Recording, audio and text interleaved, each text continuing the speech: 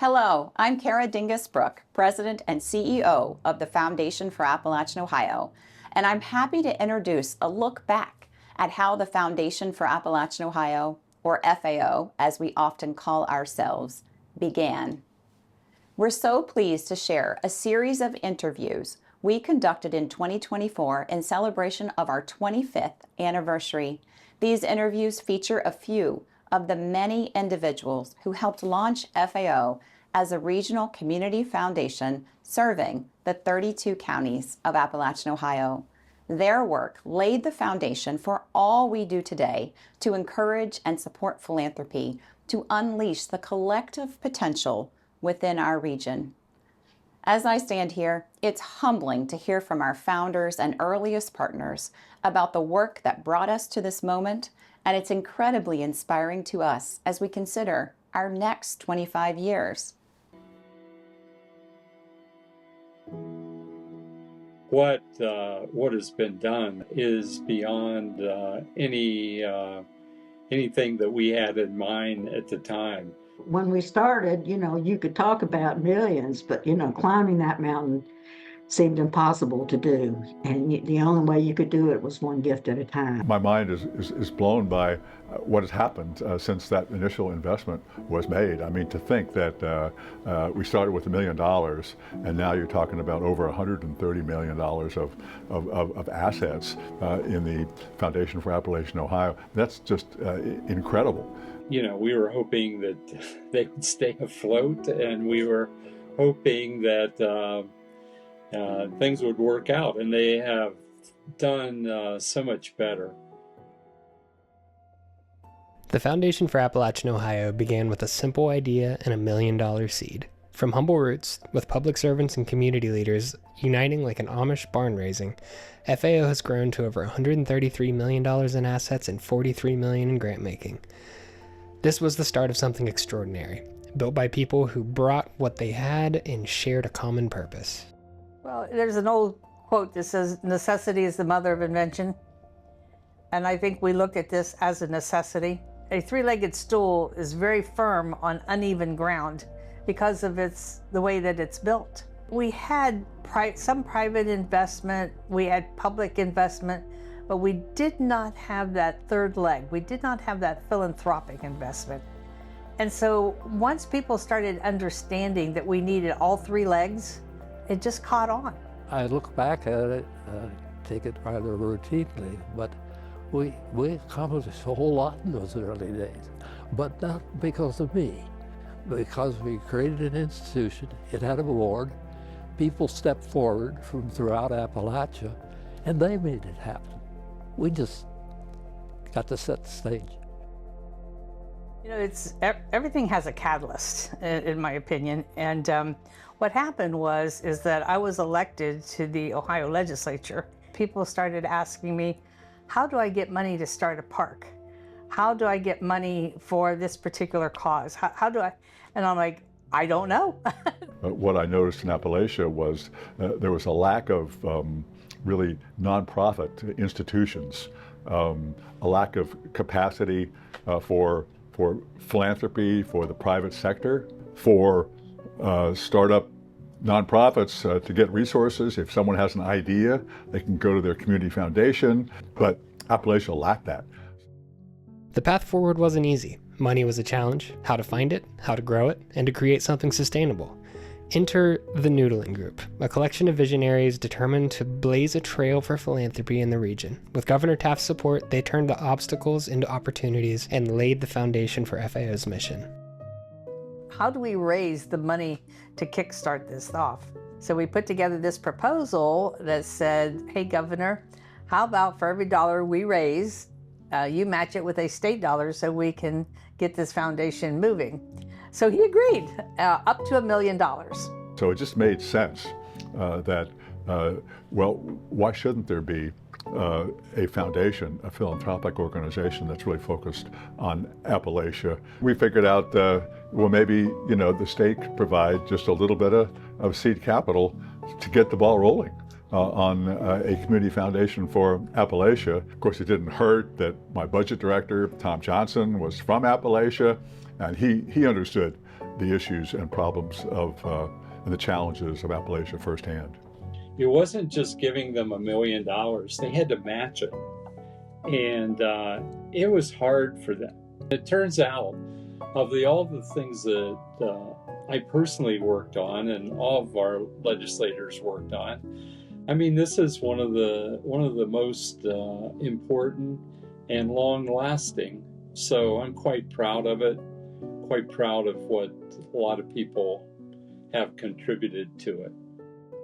One of the other primary goals, particularly after we brought on Leslie Lilly, was that we had to teach what philanthropy was throughout the region. How do you build abundance out of the unique gifts that this region possesses? We had a unique opportunity to capture an enormous transfer of wealth that was getting ready to take place in the United States, which really amounted to trillions of dollars over, a couple of decades.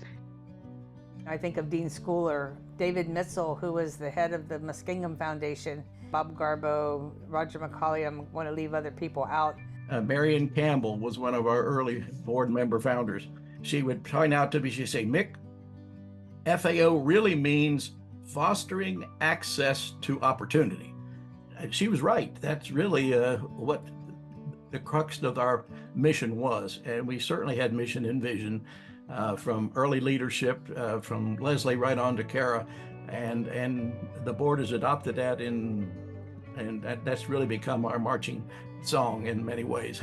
We came together with a common purpose, and it just became something that we said, we're going to make this happen. We are going to make this happen.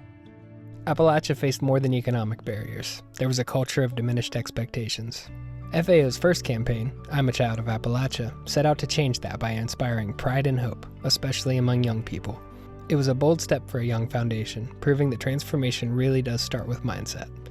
The Child of Appalachia was, you don't have to be ashamed of who you are and where you're from. And here are some remarkable people who came from communities just like you, and look what they've been able to do. Capturing that idea and holding up people that you admired, respected, and who were role models, really, for the opportunities, especially among young people, who recognized in themselves, well, I'm kind of that person too. And well, I've managed to, open up a storefront and run a business, or, I'm helping another kid go to college or so forth. So it was easy to do because there were so many wonderful examples of people who were from the region and were out changing the world, making a difference. So that opened up the spectrum of opportunity that, hey, you can do that too. One of FAO's earliest and most influential supporters was the Ford Foundation. Ford recognized the transformative power of community foundations in advancing social justice, particularly in rural America. Through program officers like Lynetta Gilbert, the Ford Foundation's investment not only helped build FAO's capacity, but also set us on a national stage, showing what's possible when philanthropy and partnership align. As you took me around and I saw people who had lived there and had succeeded in life, and then people who were living there then who had some resources, and they were trying to make wonderful things out of the resources they had, but they didn't have enough. I could see the energy and the belief of people that they wanted more and that they wanted to be the ones to help produce it for their communities. Early on, FAO was focused simply on keeping the lights on while building for the future. Then a board member asked the simple but transformative question: what could we do if we didn't have to raise our operating capital? The answer was bold. We could raise $100 million.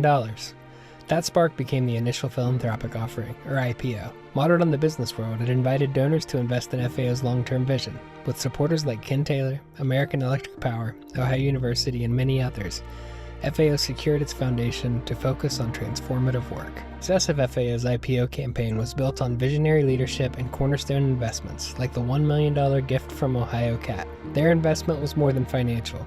It was a vote of confidence in the lasting impact of FAO's mission.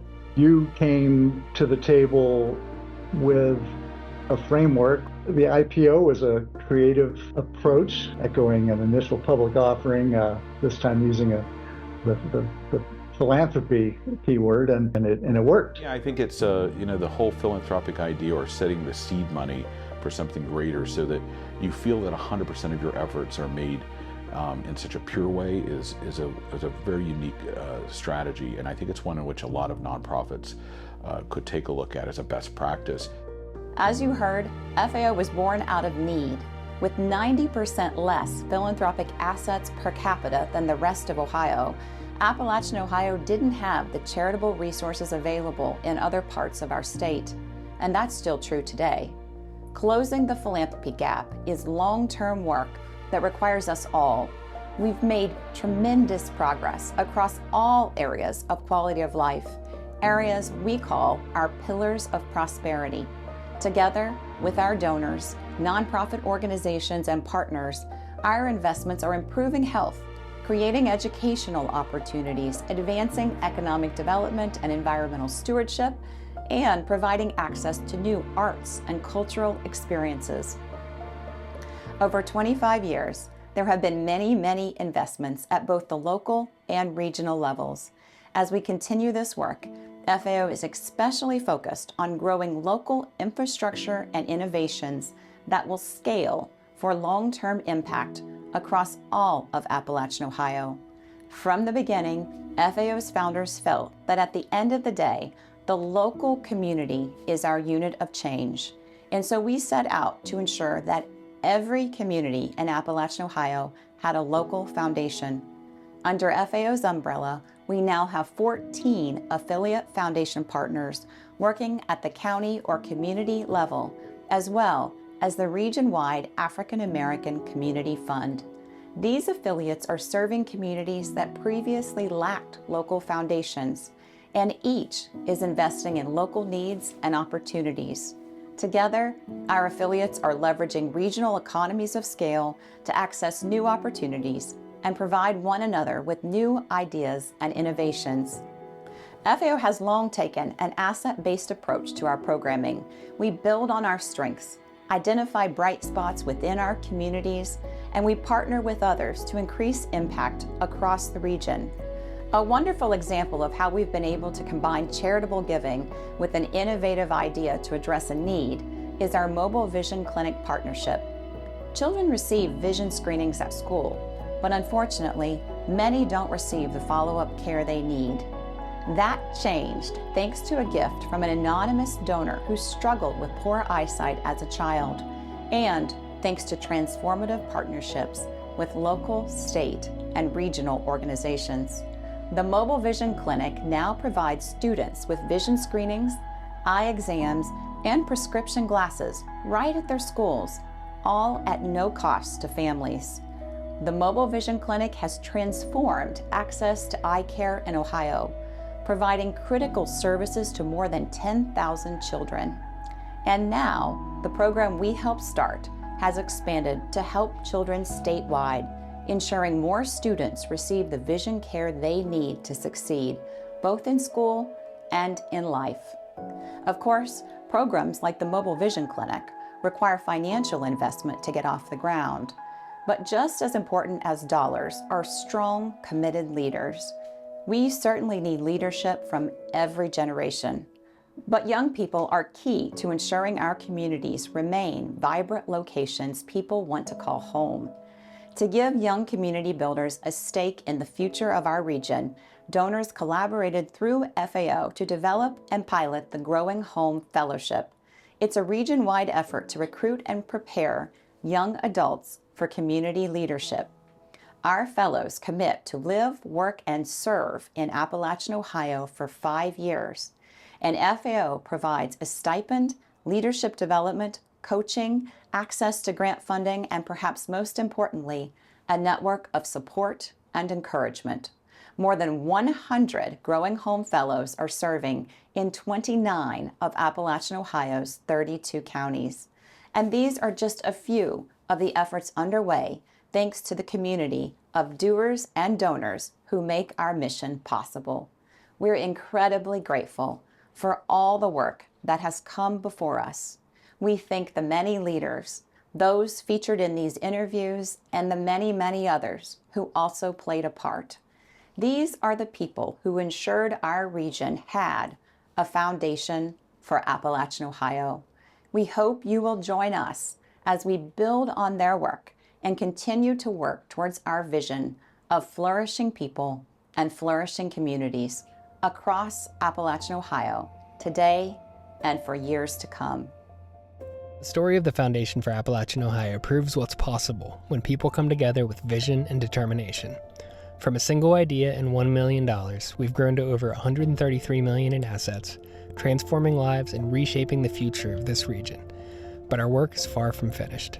Together we've laid the foundation, but reaching our next goal, $1 billion, will take all of us. A $1 billion foundation means creating a legacy that ensures opportunities for every county, every community, and every child of Appalachia. It's a vision of thriving communities, limitless potential, and a flourishing Appalachian Ohio. Join us as we work towards this bold future, turning today's dreams into tomorrow's reality, because building a brighter future has always been, and will always be, a team effort.